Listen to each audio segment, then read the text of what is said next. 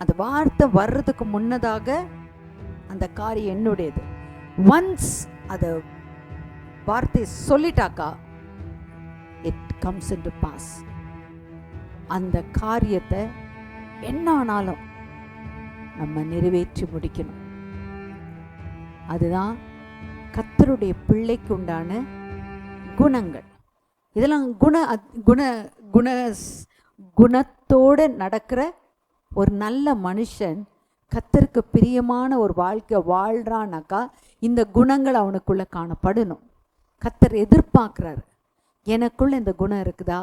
ஆணையிட்டதில் நஷ்டம் வந்தாலும் நான் தவறாமல் இருக்கிறேன்னா, நான் அன்னைக்கு நினச்சேன் என்னால் செய்ய முடியும்னு, இன்றைக்கி என்னால் செய்ய முடியல, நான் என்ன பண்ண முடியும்?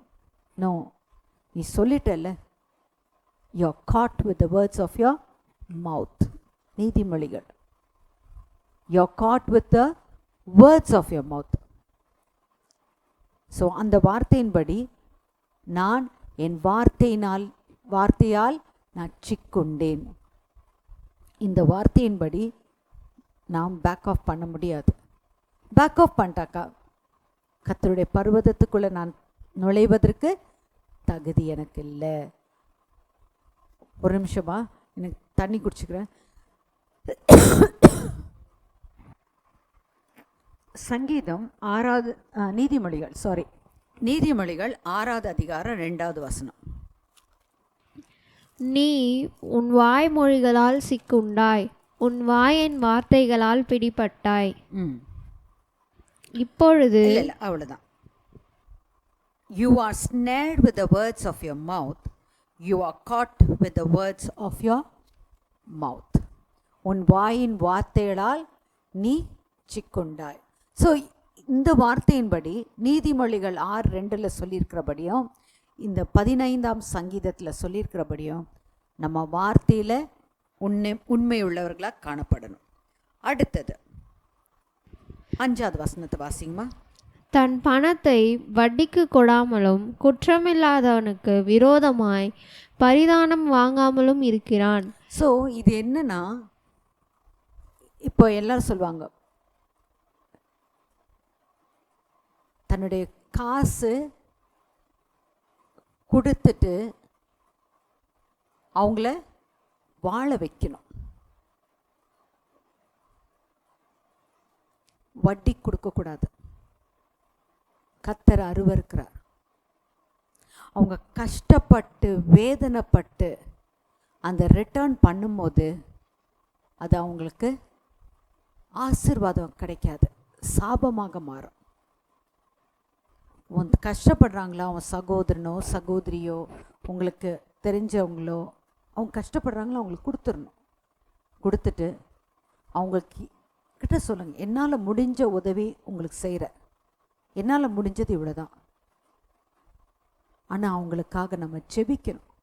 ஆண்டவரே, அந்த குடும்பத்தை நான் ஆசீர்வதிக்கிறேன், அவங்க வாழ்ந்திருக்கிறதுக்கு நான் ஆசீர்வதிக்கிறேன். அடுத்தது இன்னொரு அதோடைய ஃபாலோட் வேர்டு இருக்குது, அடுத்தவங்க கெட்டு போகணுன்றதுக்காக அவங்களுக்காக ஒரு குழி வெட்டுறாங்க பாருங்க, கர்த்தர் அவர்களை அருவருக்கிறார். அடுத்தவங்களுக்கு நம்ம நல்லது நினைக்கணும், நல்லதே செய்யணும். இப்படி இருக்கிற ஒரு மனுஷனுடைய வாழ்க்கை எப்படியா, அவனை யாராலும் அசைக்க முடியாதபடிக்கு கர்த்தர் அங்கு நின்று அவர்களை காக்கிறார். இன்னைக்கு நமக்கு தேவன் அவ்விதமான ஆசீர்வாதத்தை தந்து நம்மளை ஆசீர்வதிக்கிறதுக்கு அவர் வெரி மச் ரெடி.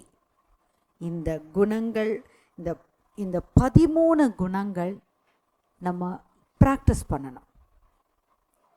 நீதியின் மேல் அதாவது நீதி தான் நான் செய்யணும், அநியாயம் நான் செய்யக்கூடாது, அநியாயமான காரியங்கள் என் வழியில் வரக்கூடாது. நம்ம மனசில் வேதனைகள் இருக்கும்போது நம்ம டிஸ்கஸ் பண்ணலாம், இப்படின்னு பேசலாம். பட் அது நம்மளை கண்ட்ரோல் பண்ணக்கூடாது. என்ன டிஃப்ரென்ஸ் இருக்குதோ, எந்த மனுஷியாக இருக்கட்டும் அந்த டிஃப்ரென்ஸை சூரியன் அஸ்தமிக்கிறதுக்கு முன்னதாக அவங்களோட ஒப்புரவாயிடுங்க. அவங்களுக்கு அந்த கசப்போடு வழியில் வரக்கூடாது. எந்த மனுஷனுக்குள்ளேயும் கசப்பான வேர் வரக்கூடாது. இதுக்கு பெஸ்ட் எக்ஸாம்பிள், நம்ம இப்படி வாழணும்னா கர்த்தருடைய சர்வாயுத வர்க்கத்தை தரித்து கொள்ளுங்க. ரட்சிப்பு, எனக்கு இந்த நெகட்டிவ்ஸ் எல்லாம் எனக்கு வேண்டாம் ஏசப்பா, என்னை ரட்சிங்கன்னு சொல்லிட்டு அவருடைய ஹெல்மெட் ஆஃப் சால்வேஷனுக்குள்ளே இருங்க. நீதியான ஒரு வாழ்க்கை நான் வாழணும்னு சொல்லிட்டு அந்த breastplate of righteousness, right standing before God and before man. எந்த மனுஷனுக்கு முன்பாகவும் நம்ம நீதியும் நேர்மையுமா, என் கை சுத்தமாக இருக்கு, என் தப்பு செய்யலை, என் கைனால் என் சிந்தனையில் கூட தப்பு செய்யாதபடிக்கு கர்த்தர் எனக்கு கிருபை தந்திருக்கிறான்னு சொல்லிட்டு அந்த மைண்டோடு இருக்கும்போது கர்த்தர் நிச்சயமாக நமக்கு உதவி செய்வார். அட்ஜஸ்ட்மெண்ட்டில் போகிறோம் பார்த்தீங்களா, அங்கே தேவன் இருக்க மாட்டார். அப்போது இந்த சங்கீதம் 15 சொல்லியிருக்கிறபடி அவருடைய பர்வதம், அவருடைய பிரசன்னத்துக்குள்ளே நம்ம காணப்படணும்னா இந்த ஆசீர்வாதத்துக்குள்ளே இருக்கணும். எங்கே போனாலும் சமாதானத்துக்குண்டான வார்த்தைகளாக இருக்கணும். அங்கே கலவரத்துக்கு இடம் கொடுக்கக்கூடாது. நம்ம கையில் ஒரு கையில் விசுவாசத்தோடு நிற்கணும், தெய்வ வசனத்தை பிடிக்கணும். காணப்படும் போது நம்மளோட வாயில் எப்படி வர வார்த்தைகள், தேவனுடைய வல்லமையுள்ள வார்த்தைகள் காணப்படும். ஏன்னா தேவனுடைய அப்சல்யூட் கண்ட்ரோலில் நம்ம இருக்கிறோம். நிச்சயமாக கர்த்தர் செய்வார்.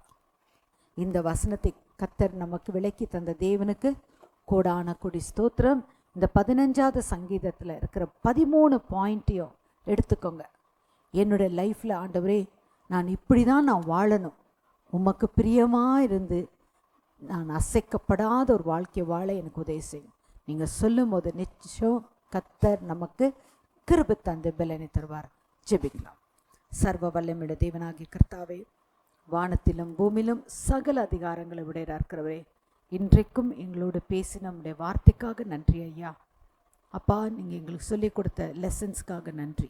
எங்களை ஆசீர்வதிங்க. இப்படியே நாங்கள் வாழணும் ஏசப்பா. கர்த்தர் எங்களை அங்கீகரிக்கணும், கர்த்தர் எங்களை உத்தமன்னு சொல்லணும் ஆண்டவரே. அந்த மாதிரி நாங்கள் வாழ எங்களுக்கு உதவி செய்யுங்க ஏசப்பா. எங்கள் மாம்ச பலவீனமானது ஏதாவது ட்ரிப்பிள் பண்ணி ஏதாவது நாங்கள் தப்பு செஞ்சிடறோம், அதுக்கப்புறமா ரியலைஸ் பண்ணுறோம். அந்த மாதிரி வேண்டாம் ஏசப்பா. எங்களுக்கு வேண்டியது நீங்கள் எங்களை கரம் பிடிச்சு நடத்துங்க. நாங்கள் பிடிச்சோன்னா நாங்கள் விட்டுருவோம். ஆகையால் ஆண்டவரே, நீங்கள் எங்கள் கரத்தை பிடிங்க, நீங்கள் எங்களை நடத்துங்க, ஆசீர்வதிங்க. இயேசு கிறிஸ்துவின் நாமத்தினாலே வேண்டிக் கொள்கிறேன் நல்ல தகப்பனே. ஆமென்.